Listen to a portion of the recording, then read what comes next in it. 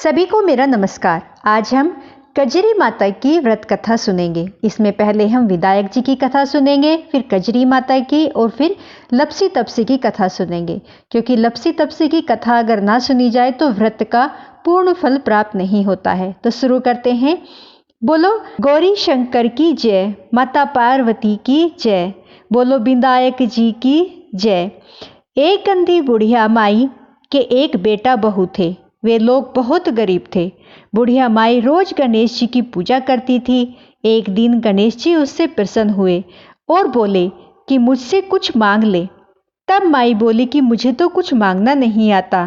तब गणेश जी बोले अपने बेटे बहू से पूछ ले। तब वो बेटे से पूछने चली। तब बेटा बोला कि माँ धन मांग ले। बहू से पूछा तो उसने कहा पोता मांग लो।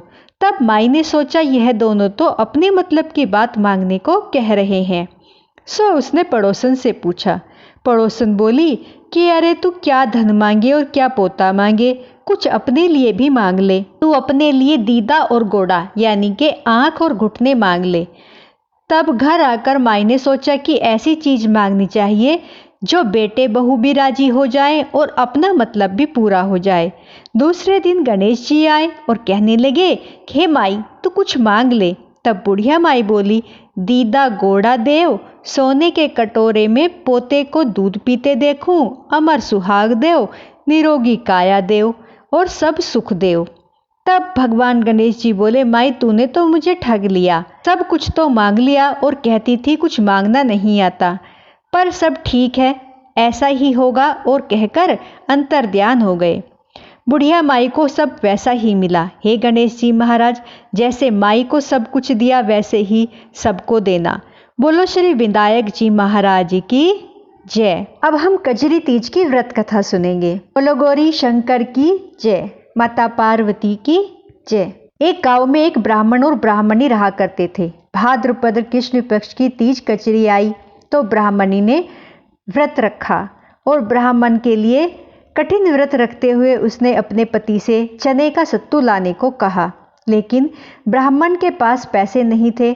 उसने कहा कि वह सत्तू कहाँ से लेकर आए। तब ब्राह्मणी ने कहा कि उसे सत्तू चाहिए, उसके बिना उसका व्रत पूर्ण नहीं होगा। वह चाहे चोरी करे, डाका डाले, लेकिन सत्तू लेकर आए। पत्नी की खातिर ब्राह्मण घर से निकला और एक साहूकार की दुकान में पहुंच गया। दुकान में उस समय कोई नहीं था। उसने चुपके से चने की दाल, घी, शक्कर को 1.25 किलो तोल लिया और इन सब से सत्तू बना लिया। इतने में ही एक नौकर को कुछ आवाज आई तो वह जाग गया। जिसके बाद साहूकार के सारे नौकर जाग गए और चोर चोर चिल्लाने लगे। तब तक वहां पर साहूकार भी पहुंच गया और उसने ब्राह्मण को पकड़ लिया। ब्राह्मण ने कहा कि वह चोर नहीं है, उसकी पत्नी ने कजरी तीज का व्रत रखा है जिसके लिए उसे 1.25 किलो सत्तू की आवश्यकता थी। वह वही लेने आया था। ब्राह्मण की बात सुनकर साहूकार ने जब उसकी तलाशी ली तो उसके पास सत्तू के अलावा कुछ भी नहीं मिला। ब्राह्मण की हालत देखकर साहूकार भावुक हो गया और उसने उससे कहा कि आज से उसकी पत्नी को वह अपनी बहन मानेगा, अपना भाई होने का धर्म निभाएगा। साहूकार ने ब्राह्मण को सत्तू के साथ ही गहने, रुपए, मेहंदी, लच्छा आदि कई सारी चीजें देकर सम्मान पूर्वक दुकान से विदा किया। उधर चांद भी निकल आया। ब्राह्मणी सत्तू का इंतजार कर रही थी। ब्राह्मण सत्तू समेत और बहुत सारी चीजें लेकर घर पहुंचा और ब्राह्मणी को सारी बात बताई। ब्राह्मणी ने अपनी पूजा विधि पूर्वक पूरी की और कजरी तीज का व्रत पूर्ण किया। कहते हैं कि इस व्रत के प्रभाव से ही ब्राह्मण और ब्राह्मणी के दिन फिरे। हे कजरी माता, जैसे आप ब्राह्मण और ब्राह्मणी पर प्रसन्न हुई वैसे ही इस व्रत को करने वाले, इस कथा को सुनते, हुंकारा भरते सब पर अपनी कृपा करना, सबके घर में सुख समृद्धि और धन देना, सबकी मनोकामना पूर्ण करना। बोलो कजरी माता की जय। अब हम लपसी तपसी की कथा सुनेंगे। एक लपसी था, एक तपसी था। तपसी हमेशा भगवान की तपस्या में लीन रहता था। लपसी रोजाना 1.25 सेर की लापसी बनाकर भगवान को भोग लगाकर जीम लेता था। एक दिन दोनों लड़ने लगे तपसी बोला, मैं रोज भगवान की तपस्या करता हूँ इसलिए मैं बड़ा हूँ।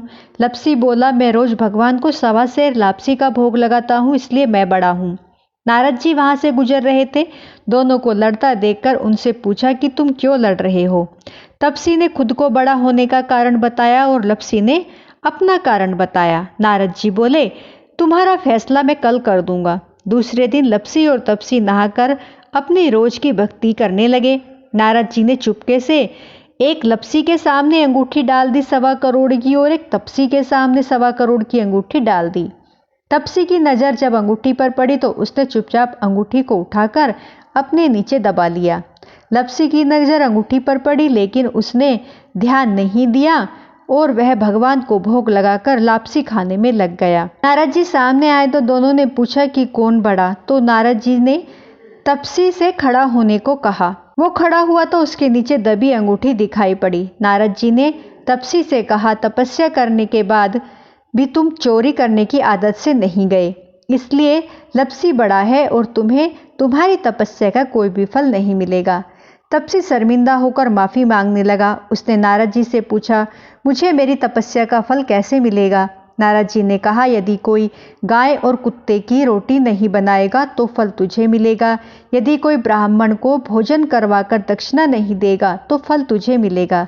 यदि कोई साड़ी के साथ ब्लाउज नहीं देगा तो फल तुझे मिलेगा। यदि कोई दिए से दिया जलाएगा तो उसकी पूजा का फल तुझे मिलेगा। यदि कोई सारी कहानी सुने लेकिन तुम्हारी कहानी नहीं सुने तो फल तुझे मिलेगा। उसी दिन से हर व्रत कथा कहानी के साथ में लपसी तपसी की कहानी भी अवश्य कहनी और सुननी चाहिए। तो बोलो जय माता दी। आज हमारी कजरी माता की व्रत कथा यहीं पर समाप्त होती है। मेरी वीडियो आपको दोस्तों पसंद आई हो तो प्लीज़ लाइक, सब्सक्राइब, शेयर जरूर करें। आप सभी को हाथ जोड़कर प्रणाम।